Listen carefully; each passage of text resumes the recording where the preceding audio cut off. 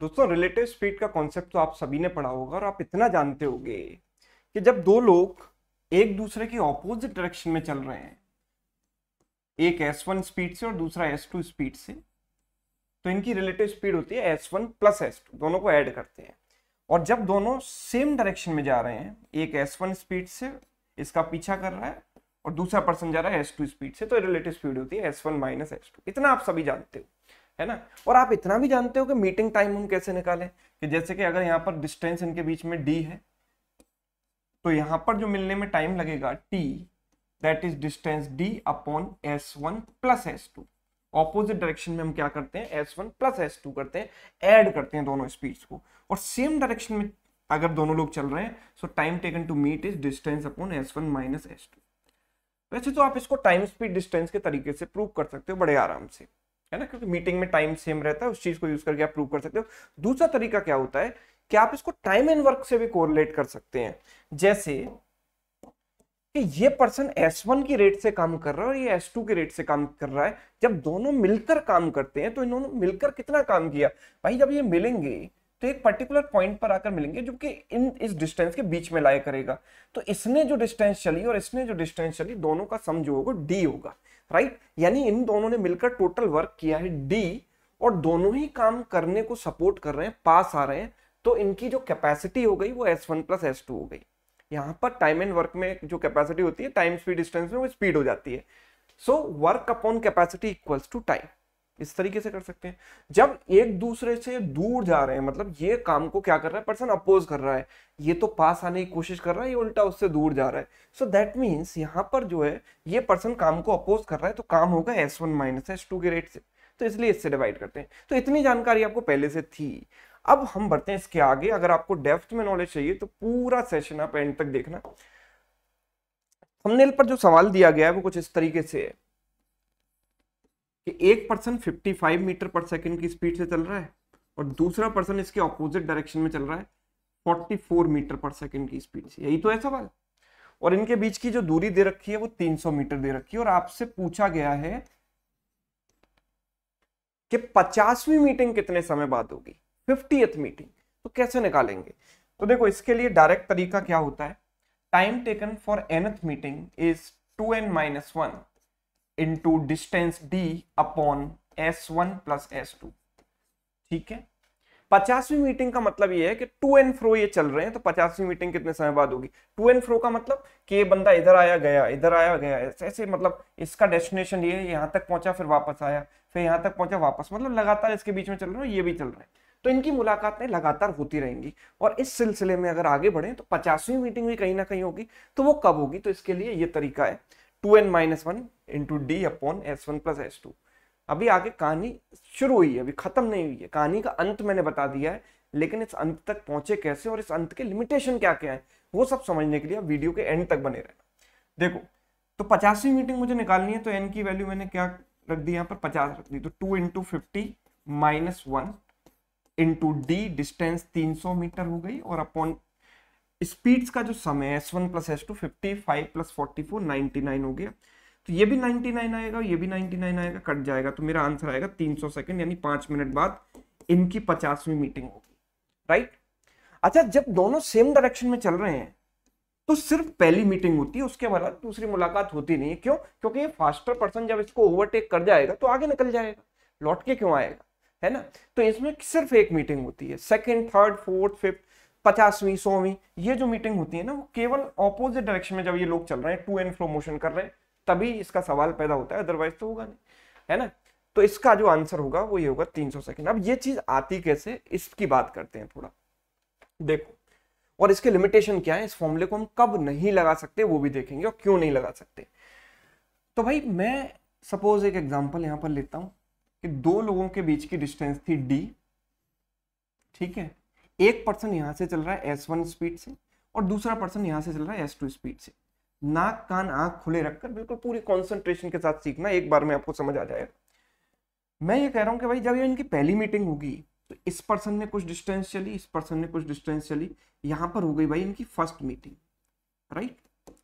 तो हम ये कह सकते हैं कि जब इनकी फर्स्ट मीटिंग हुई तो दोनों ने मिलकर, यानी कि बोथ टुगेदर कितना काम किया है इन्होंने, मैं डिस्टेंस को या काम बोल रहा हूँ, कितना डिस्टेंस इन्होंने मिलकर ट्रेवल किया उसको मैं बोल रहा हूँ कि दोनों ने मिलकर कितना काम किया अभी तक। तो हम ये कह सकते हैं कि इसने इतना चला, इसने इतना चला, दोनों ने मिलकर कितना चला, डी चला, डिस्टेंस डी चली, राइट। जब इनकी सेकंड मीटिंग होगी तो कैसे होगी, ये पर्सन कंटिन्यू करेगा, आगे जाएगा, लौट कर आएगा, ये पर्सन कंटिन्यू करेगा, आगे जाएगा, लौट कर आएगा, तो यहां कहीं जाकर इनकी हुई सेकंड मीटिंग, राइट। तो सेकंड मीटिंग तक इन्होंने कितनी डिस्टेंस कवर किया शुरुआत से, तो ये है डी, फिर डी और फिर ये डी, यानी सेकंड मीटिंग तक इन दोनों ने टोटल जो वर्क किया है वो कितना किया है, 3D। Can I say that, है ना। सेकंड मीटिंग तक इन दोनों ने मिलकर कितना काम किया है, 3D। एक तो ये वाला डी, एक ये वाला डी और एक ये वाला डी, टोटल हो गया 3D। अब थर्ड मीटिंग की बात करूं तो ये पर्सन कंटिन्यू किया, ऐसे आया, ये पर्सन इधर से कंटिन्यू किया, ऐसे आया, ये हो गई इनकी तीसरी मीटिंग, थर्ड मीटिंग। तो हम कह सकते हैं कि अब तक कितनी डिस्टेंस हुई, D plus D plus D plus D, कितनी लाइनें दिख रही हैं आपको, 1 2 3 4 5, 5 लाइनें दिख रही हैं, यानी कि डिस्टेंस हो गई 5D, यानी दोनों ने मिलकर थर्ड मीटिंग तक काम किया है 5D। इस तरीके से इस पैटर्न को अगर मैं कंटिन्यू करूंगा तो nth मीटिंग में कोफिशिएंट क्या आएगा, डी का। आप ये देखो, पहली मीटिंग में कोफिशिएंट है 1, दूसरी में है 3, तीसरी में है 5, तो 1 3 5 and so on, these are consecutive odd numbers. Odd numbers का जो जनरल फॉर्म होता है वो होता है 2n-1, तो हम इसको लिख सकते हैं 2n-1 into D, right. First meeting है तो n की वैल्यू 1 रख दो, तो 2 इंटू 1 2, 2 माइनस 1 1 इंटू डी हो जाएगा। सेकंड मीटिंग है तो n की वैल्यू 2 रख देंगे, तो 2 इंटू 2 4, 4 माइनस 1 हो जाएगा 3, राइट। थर्ड मीटिंग है तो 3 रख दो, 2 into 3 6 minus 1 5D। nth meeting है तो 2n-1D। 50वीं मीटिंग निकालनी है तो n की वैल्यू 50 रख दी। तो टाइम क्या होगा, टाइम होता है भाई work done divided by capacity, right. तो इन दोनों ने मिलकर जो काम किया वो किया 2n-1 into D, divided by जो दोनों की कंबाइंड कैपेसिटी है वो कितनी है, S1 प्लस S2, बस, राइट। तो इससे आप 100वीं मीटिंग का टाइम भी 2 सेकंड में निकाल सकते हैं। 50वीं मीटिंग सिर्फ फॉर्मूले में वैल्यू तो रखनी है और क्या करना है, राइट। तो ये तरीका। अब ये चीज कब अप्लाई नहीं होती है आप ये समझिए। देखो आप ऐसे सोचिएगा, आपने अभी आइडियल कंडीशन अज्यूम की, आपने क्या अज्यूम किया कि एक पर्सन, पहली मीटिंग तो चलो रास्ते में कहीं ना कहीं होगी, ये बात तो सर्टेन है, ये बात सर्टेन है कि पहली मीटिंग तो रास्ते में कहीं ना कहीं होने वाली है, फर्स्ट मीटिंग, है ना, इसमें तो कोई दो राय है नहीं। लेकिन आप सेकंड मीटिंग के लिए अजम्पशन ये ले रहे हो कि ये पर्सन यहां से जाता है लौट कर आता है और ये पर्सन यहां से जाता है लौट कर आता है। क्या पता कि ये पर्सन इतना फास्ट हो कि ये पर्सन यहां तक पहुंचने का इसे पूरा मौका ही ना मिले और इसे रास्ते में कहीं ना कहीं कैच कर ले, तब तो 3D नहीं होगा ना सेकंड मीटिंग। भाई सेकंड मीटिंग में डिस्टेंस कितनी कवर की थी दोनों ने, 3D कवर की थी, लेकिन वो 3D तब थी ना कि जब मैंने ये माना कि ये पर्सन जाएगा लौट कर आएगा, ये पर्सन भी जाएगा लौट कर आएगा, तो D plus D plus D 3D हो जाएगा।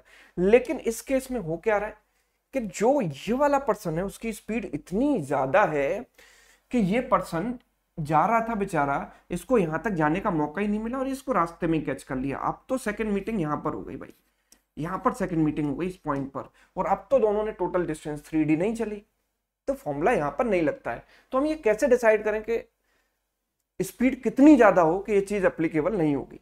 तो स्पीड जो है यहां पर डबल का रेशियो होगा, S1 और S2 का जो रेशियो है वो डबल से भी ज्यादा है, मतलब जो फास्टर पर्सन की स्पीड है वो स्लोअर पर्सन के डबल से भी ज्यादा है, तो ये चीज एप्लीकेबल नहीं होगी, क्योंकि यहाँ पर ये वाला केस बन जाएगा कि रास्ते में कैच कर लेगा। ये ऐसा क्यों हो रहा है, डबल कोई क्यों ले रहे हैं वो भी आप अभी समझाऊंगा मैं। तो यहाँ पे जो एग्जांपल लिया ये तो रेशियो डबल से ज्यादा नहीं है ना, बिकॉज 44 का डबल तो 88 होता है, लेकिन यहाँ तो 55 है, तो डबल से ज्यादा नहीं है। तो यहाँ पर we can easily apply formula. और मोस्ट ऑफ द केसेस में जो एग्जाम में सवाल आते हैं जहां पर आपको 10वीं 8वीं मीटिंग, तीसरी चौथी मीटिंग अगर पूछी गई तो आपको रेशियो डबल से ज्यादा नहीं दिया जाएगा। डबल से ज्यादा दिया जाएगा तो आपको मैन्युअली चीजें करनी पड़ेंगी, वहां पर आप सेकंड मीटिंग थर्ड मीटिंग तक तो निकाल सकते हो, उसके आगे मैन्युअली करना पॉसिबल नहीं है। कैसे करना है देखो, और डबल ही हमने क्यों कंसीडर किया ये आप समझिएगा। तो मैं बेसिकली 3 केसेस आप यहां पर लेकर चल रहा हूं। केस 1, तीनों केसेस आपको आराम से समझाता हूं। केस 1 क्या है मेरे पास कि मैंने कहा कि S1 और S2 स्पीड का जो रेशियो है वो डबल से कम है, राइट, डबल से कम है। ध्यान से डिटेल में बात को समझना। एक एग्जांपल हम यहां पर ले रहे हैं, ठीक है, एक एग्जांपल लेते हैं। सपोज फर्स्ट पर्सन की स्पीड 50 है, सेकंड पर्सन की speed 50 let suppose kilometre per hour में ले लेता हूं, इसकी स्पीड ले लेता हूं 40 किलोमीटर पर आवर, ठीक है। और ये जो डिस्टेंस मैं ले लेता हूं इनके बीच में 200 किलोमीटर की दूरी ले लेता हूं, ठीक है। दोनों एक दूसरे की तरफ साइमल्टेनियसली चलना शुरू करते हैं। तो मैं ये बात कर रहा हूं कि सेकंड मीटिंग कब, forget about third fourth fifth, मैं सेकंड की बात कर रहा हूं।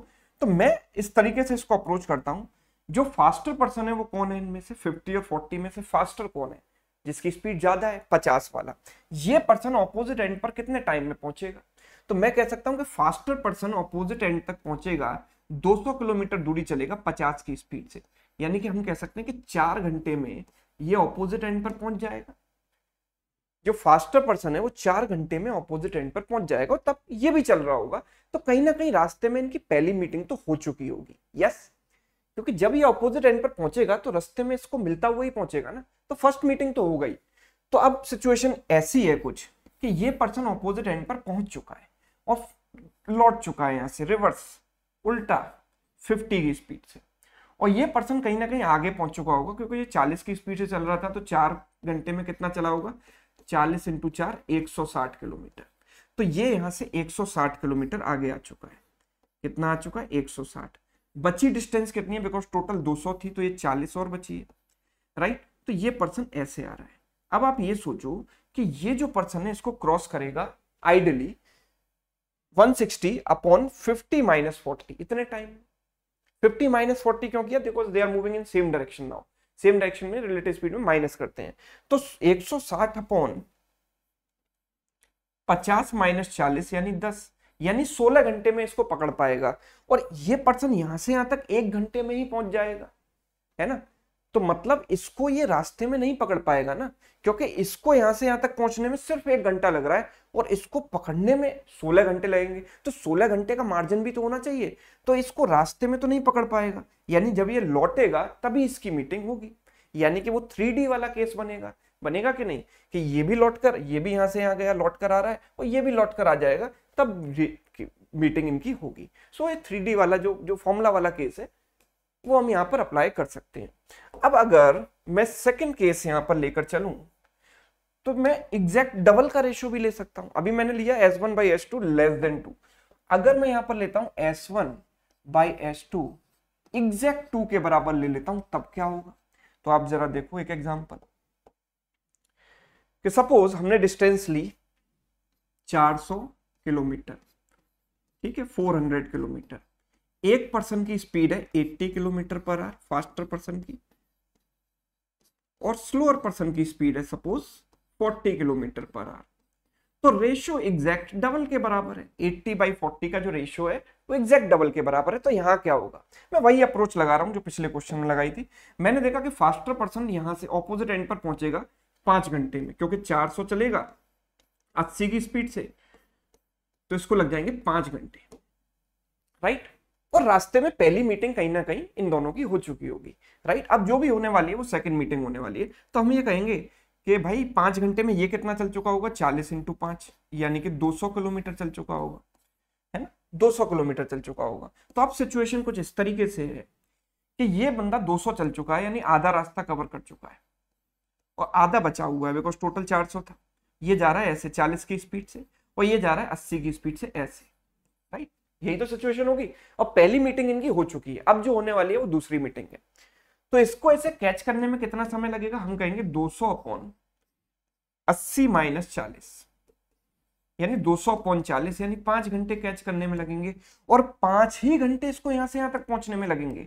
यस ऑन, ये पर्सन यहां से यहां तक पहुंचने में कितना टाइम लेगा, 5 घंटे लेगा कि नहीं लेगा। 200 की डिस्टेंस है 40 की स्पीड से, यानी कि जो इनकी सेकंड मीटिंग है वो एग्जैक्ट एंड पर होने वाली है। यस, एग्जैक्ट एंड पॉइंट पर होने वाली है। भाई ये पर्सन ऐसे जाता, ये हो सकता है लौट कर आता, तो इसकी मीटिंग होती। वो कब होती, जब जो रेशियो है वो <2 है, तो भाई इसको लौट कर आने का चांस मिल रहा है और रास्ते में मीटिंग हो रही है। लेकिन अगर रेशियो डबल के बराबर हो गया, रेशियो बढ़ा दिया मैंने, डबल के बराबर कर दिया, तो इसको ऑपोजिट एंड पर ही ये कैच कर लेगा, है ना।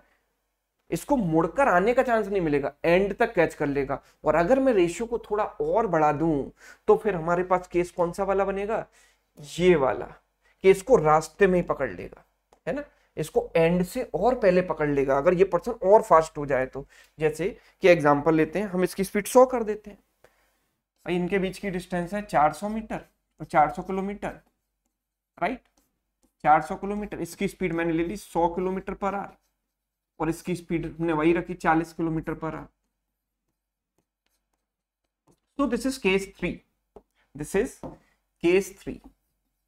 Case 3 where S1 by S2 is greater than 2. Double से भी बड़ा रेशियो है, तो ये थर्ड केस बनता है। तो डबल से भी बड़ा रेशियो है कि नहीं, because 100/40 is 2.5 which is greater than 2। तो अब आप यहां पर देखिएगा कि वही अप्रोच में लगा रहा हूं, फास्टर पर्सन ऑपोजिट एंड पर पहुंचेगा कितने टाइम में, 400/100 की स्पीड से, यानी 4 घंटे में। 4 घंटे में ऑपोजिट एंड पर पहुंचा, तब तक पहली मीटिंग हो चुकी होगी। ये पर्सन कितना चलेगा 4 घंटे में, तो हम कहेंगे 40 × 4, ये चल चुका है 160 किलोमीटर, है ना। तो 160 किलोमीटर आगे आ चुका है ये, तो हम ये कह सकते हैं कि 160 चल चुका, तो बचा कितना, बिकॉज 400 था टोटल, है ना, टोटल डिस्टेंस कितनी थी 400 मीटर, ठीक है, 400 मीटर थी, 160 ये चल चुका है, तो हम कह सकते हैं बचा कितना है, 160 चल चुका है ना, तो बची कितनी है 240 मीटर। 400 माइनस 160 कितना होगा, 240 बची है ना, ये 240। अब ये पर्सन ऐसे जा रहा है 40 की स्पीड से और ये पर्सन ऐसे लौट चुका है 100 की स्पीड से। अब जो होगी इनकी सेकंड मीटिंग होगी। अब मैं ये देखता हूं कि ये पर्सन यहां से यहां तक आने में कितना समय लेगा, 6 घंटे ले लेगा यहां से यहां तक आने में, बिकॉज 240/40 6 आवर्स। लेकिन ये इसको कितने टाइम में कैच कर लेगा, यानी 160/100 - 40, यानी हम ये कह सकते हैं कि ये इसको कैच कर लेगा 160/60, यानी 8/3, यानी 2.66 आवर्स में कैच कर लेगा। यानी कि ये इसको यहां से पहुंचने से पहले ही कैच कर लेगा ना, क्योंकि इसको यहां से यहां तक पहुंचने में 6 घंटे लग जाते, लेकिन इसने तो इसे 2.6 आवर्स में कैच कर लिया, यानी रास्ते में कैच कर लिया, राइट। तो इसको लौट कर आने का मौका नहीं मिलेगा। तो अगर मैं टोटल टाइम निकालना चाहूं कि सेकंड मीटिंग का कितना हुआ, तो मैंने जो किया है, देखो सबसे पहले इसको यहां से यहां तक पहुंचने में टाइम लगा कितना, 4 घंटे। Time in second meeting is this is 4 hours, plus यहां से यहां पहुंचने के बाद फिर कितना टाइम और लगा, 2.66 और लगा। तो टोटल टाइम सेकंड मीटिंग में शुरुआत से कितना लगा, 6.66 आवर्स, ठीक है, राइट। क्योंकि पहली मीटिंग तो रास्ते में हो ही चुकी होगी कहीं ना कहीं, और फिर उसके बाद सेकंड मीटिंग, टोटल जो टाइम लगा शुरुआत से, एक तो इसको यहां से यहां तक जाने का 4 घंटे, प्लस इसको पकड़ने का 2.66 आवर्स और। अगर आपसे सवाल में ये पूछ ले कि पहली मीटिंग के बाद सेकंड मीटिंग कितने टाइम बाद हुई, तो हमें पता है कि पहली मीटिंग कितने टाइम बाद होगी, 400/140। तो टोटल टाइम में से पहली मीटिंग तक का शुरुआत से जो टाइम है वो माइनस कर दो, सेकंड मीटिंग में से फर्स्ट मीटिंग का टाइम माइनस कर दोगे, तो दोनों के बीच का ड्यूरेशन मुझे मिल जाएगा। तो वो भी हम कर सकते हैं। लेकिन समस्या ये है कि यहाँ पर हम कोई फॉर्मूला नहीं लगा सकते, आपसे ये कोई नहीं पूछ सकता कि 100वीं मीटिंग या 50वीं मीटिंग कब होगी। सो इसको हम जनरलाइज नहीं करके 2n-1 वाला कॉन्सेप्ट यहाँ नहीं लगा सकते, बिकॉज यहाँ पर वो पैटर्न नहीं बनता है 3D 5D, है ना, एंड सो ऑन। ये केवल यही बनता है, राइट। और अगर आपसे 10वां 50वां 100वां मीटिंग पूछेगा तो वो आपको स्पीड का रेशियो <2 ही देगा, ठीक है। तो उम्मीद करता हूँ ये कॉन्सेप्ट आपको समझ में आ गया होगा, है ना। और वाकई में सवाल अगर इस टाइप से आता है तो आप इस फॉर्मूले से 5 सेकंड के अंदर अंदर सॉल्व कर सकते हो, ठीक है। तो ये कॉन्सेप्ट आपको समझ आया या नहीं, कैसा आपको लगा, ये मुझे कमेंट करके जरूर बताइएगा। और साथ में आपके लिए एक होमवर्क क्वेश्चन और है, तो आप मुझे बताना इसका आंसर कि सपोज 2 पर्सन्स के बीच की दूरी है 500 मीटर, ठीक है। एक 20 की स्पीड से चल रहा है, 20 किलोमीटर पर आवर की स्पीड से, और एक चल रहा है 30 किलोमीटर पर आवर की स्पीड से, 30 किलोमीटर पर आवर की स्पीड से, राइट। और इनके बीच की डिस्टेंस हमने ले ली सपोज 600 मीटर, 600 मीटर ले लेते हैं, ठीक है। तो बताइए कि इनकी 5th मीटिंग कितने टाइम बाद होगी, 5th मीटिंग, ठीक है, कितने टाइम बाद होगी, इसको भी किलोमीटर में ले लो, 600 किलोमीटर। 50 मीटिंग, 5वीं मीटिंग में लगा हुआ समय कितना है। अगर आपको कॉन्सेप्ट समझ में आ गया तो इसका आंसर मुझे कमेंट करके जरूर बताना, ठीक है। वीडियो अगर अच्छा लगा है तो दोस्तों के साथ आप शेयर भी कर सकते हो, वीडियो को लाइक भी कर सकते हो, और चैनल पर नए हो तो चैनल को सब्सक्राइब भी कर सकते हो। Thank you so much.